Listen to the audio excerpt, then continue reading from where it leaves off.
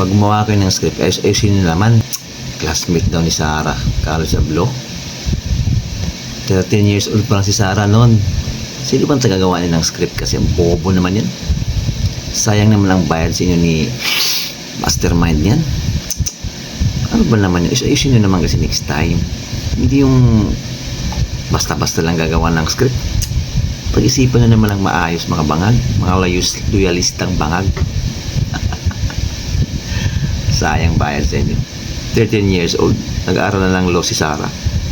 Ganyan siya katalino. Tatawanan lang kayo ni Atty. Torion yan. Di obra yan. Ang bobong kaso. Oy, huwag kayo panimik-mik kasi hindi na ka nakapag-isip ng maayos tuloy. Sabihin niyo sa bangag niyo amo.